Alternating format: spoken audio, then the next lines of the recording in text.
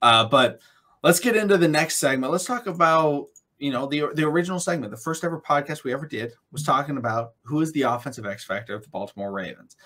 And it's a fun segment, so let's do it again. We did the defensive X factor. I believe it was 2 months ago. I had to double check because I was like, have we done these? I know we did one. I couldn't remember which one we did. We still have the offensive one to still do. So the offensive X factor. The X factor means, who is the, it's not the most important, but it's like, who's the guy where if they're, not stepping up to the level that we need them to play is going to ruin this whole season. Obviously, it could be Lamar Jackson, but we're only doing players because otherwise it's Greg Roman. Greg Roman's coaching well, which is very rare. The Ravens are going to win. Right? If Greg Roman starts selling like he does most of the time, Ravens are going to start struggling. But in terms of players, I'll go first. I think that, my offensive X factor is a year 2 player by the name of Rashad Bateman, number 7 now, because I feel like he needs to be the player that steps up as the legitimate wide receiver threat. Now, I fully believe he can do it. But if he comes out and, I don't want to say similar to Hollywood Brown, but Hollywood Brown came out and it was like, while he was good, and I really liked Hollywood in Baltimore, he wasn't as big of a threat as we wanted him to be coming out of college. We wanted teams to be afraid of him in one-on-one situations, because if they are, that means they would bring a double, which would allow Mark Andrews to get open. If Bateman can show off the route running, become the Keenan Allen type of player, the Stephon Diggs type of player, the true route runner that we believe he can be, that'll force double teams. And if it doesn't force a double team, he'll be winning and he'll be open and Lamar Jackson will hit him. But if it does force a double team, all of a sudden you got Mark Andrews in one-on-one, one of the biggest mismatches you can find in the NFL. And also, the benefit is when you double team Mark Andrews, 2 people in the box. When you double team a wide receiver, you may take a guy out of the box. And what happens when the guy's out of the box with the Baltimore Ravens? They run that ball right up the middle, and now they got numbers. And that's when you start getting the 5, 6, 7, 8 yards of carry type of drives that we've seen from the Ravens in previous years. When they stop stacking the box, Bateman has to be the guy that gets them to stop stacking. You know what? I definitely like that take. I mean, we've talked about this so much. I mean, heck, Marlon Humphrey has even brought Bateman to Studio 44. As much as he loved Hollywood, he said, "Yo, this is my time." And you know what? When that young man said that, I believed it. I felt it. He has a swag about him, but also a humbleness about him as well. I mean, he just, he's one of those guys that comes out there with the hard hat and just get the work done. And I feel like, with all the work they've been putting in during this off season, getting that chemistry down, a full off season of getting that chemistry in as well, I feel like this will be his sophomore year to shine. I mean, we definitely saw, the games that he was able to get in, that he could produce. I mean, he was moving the chains. He was getting first downs. He got Dez Bryant when Tyler Huntley threw in the touchdown, and he got called back. So we know that, this young man is willing to go out there and work and make something happen for his team. So I think I would take my X factor a step further. I know it's supposed to be one player, but, last year, McConnell, we had a poor running game. We had a running group of committee that just didn't know how to run RPOs the way we ran RPOs. So you know what, my X factor this year is going to be my running back group. Between Mike Davis, Kenyon Drake, hell, I guess we're going to have to throw Justice Hill in there as well.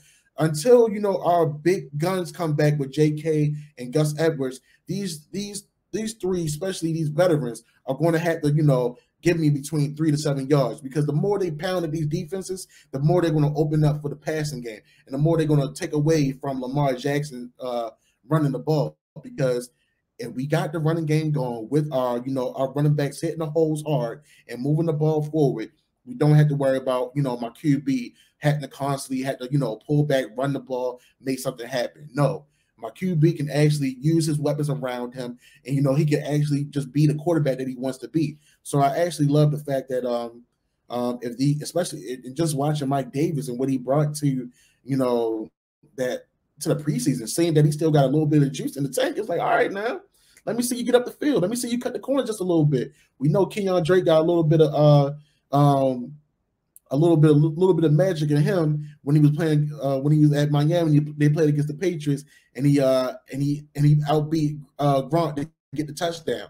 So we love guys with a little magic, and that can make things happen. And Justice Hill, yeah, he's been here 3-4 years in the NFL, and now he's finally starting to run north and south. I know he's been a special teams guy, but if we can get the Justice Hill from Oklahoma State, just a little bit of that, until J.K. and Gus gets back, hey man, that's going to help us out a lot. And he also doesn't mind blocking too, and you can put him in the passing in certain pass plays as well.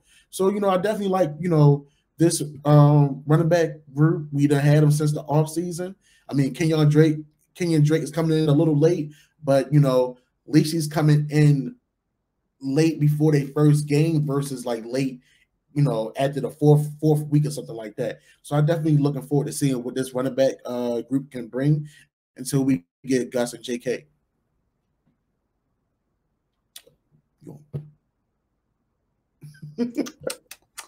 I swear, every time I mute, I'm like, oh man, I'm totally helping out the show. There's not going to be excess noise, and I always forget that I'm muted. So I definitely agree. When you're looking at this running back group compared to last year, one, we get J.K. Dobbins back. And we don't know exactly what his status will be in the first couple of weeks. Maybe he is active, but he doesn't play a lot. Maybe he goes out there in week 2 and is the full featured back. And we don't really know exactly what's going to happen. But the running back group needs to be better than what it was last year. The benefit is we've replaced every single player that was there last year, except for Nate McCrary, but he's on the practice squad.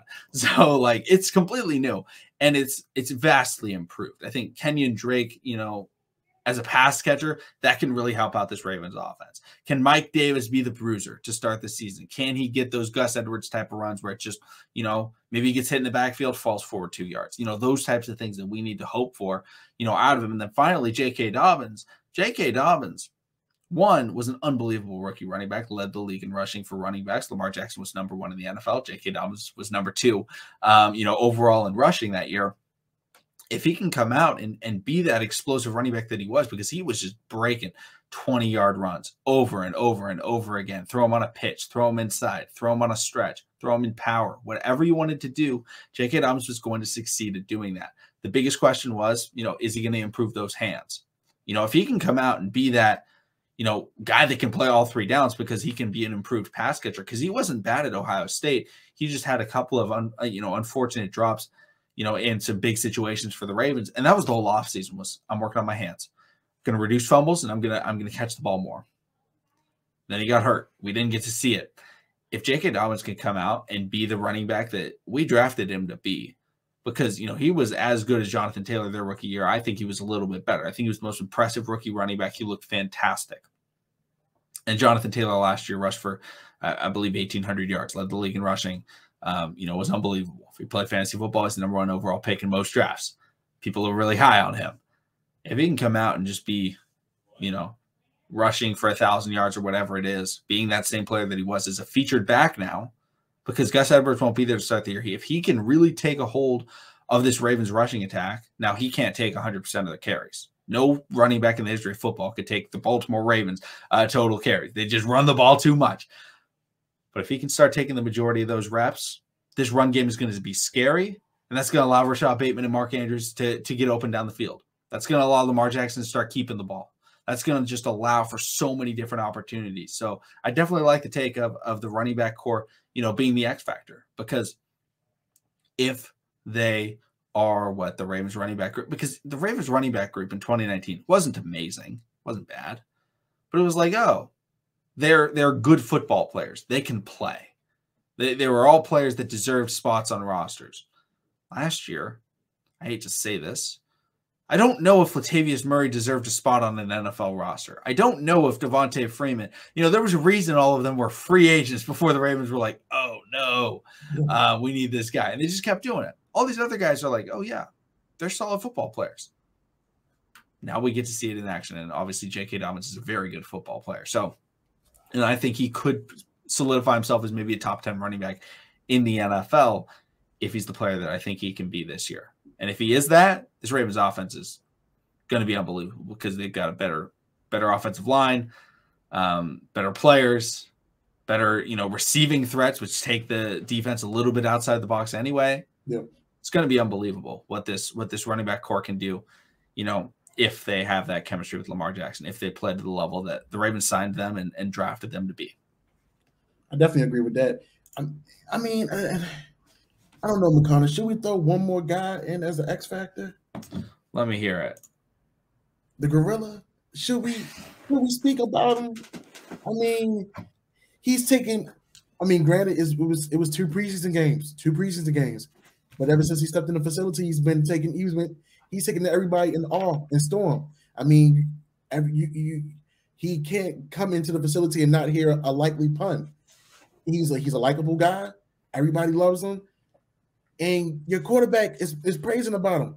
He's showing that he can be he's showing he can be another threat. And the thing is, when Joe Flacco had, I keep bringing it back up. When Joe Flacco had Dennis Pitta and Ed Dixon, fireworks. When Lamar Jackson in 2019, yes, I know Hayden Hurst wanted to be the number one tight end, but hey, he came back from injury and Mark Andrews pretty much took over. That was the story.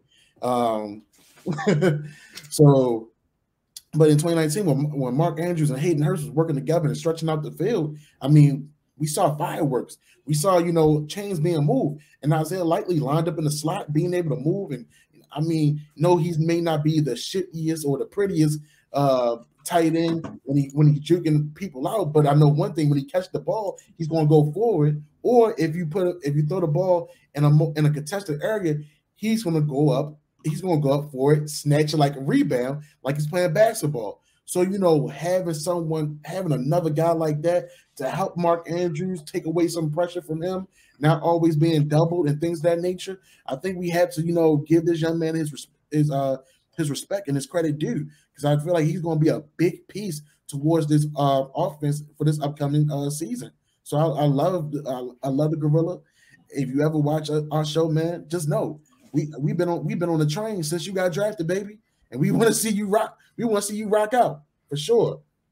Yeah, I definitely love the Isaiah Likely take, because the Ravens need that third pass catcher. Who's going to step up? Is it Duvernay? Is it Prochet? Is it Likely? And I like the Likely take because he's also the tight end number 2. The Ravens 2 tight ends, 3 tight end sets are so important to this offense. And if he can be, what Mark Andrews was that rookie year, because Mark Andrews came into the league and was like, yeah, he can't block. And Hayden Hurst was the well-balanced tight end, and he was the one. If Likely can be Mark Andrews, what he was in his rookie year, this Ravens offense is going to be spectacular. And Likely maybe, I think, is a better player than Mark Andrews was in his rookie season.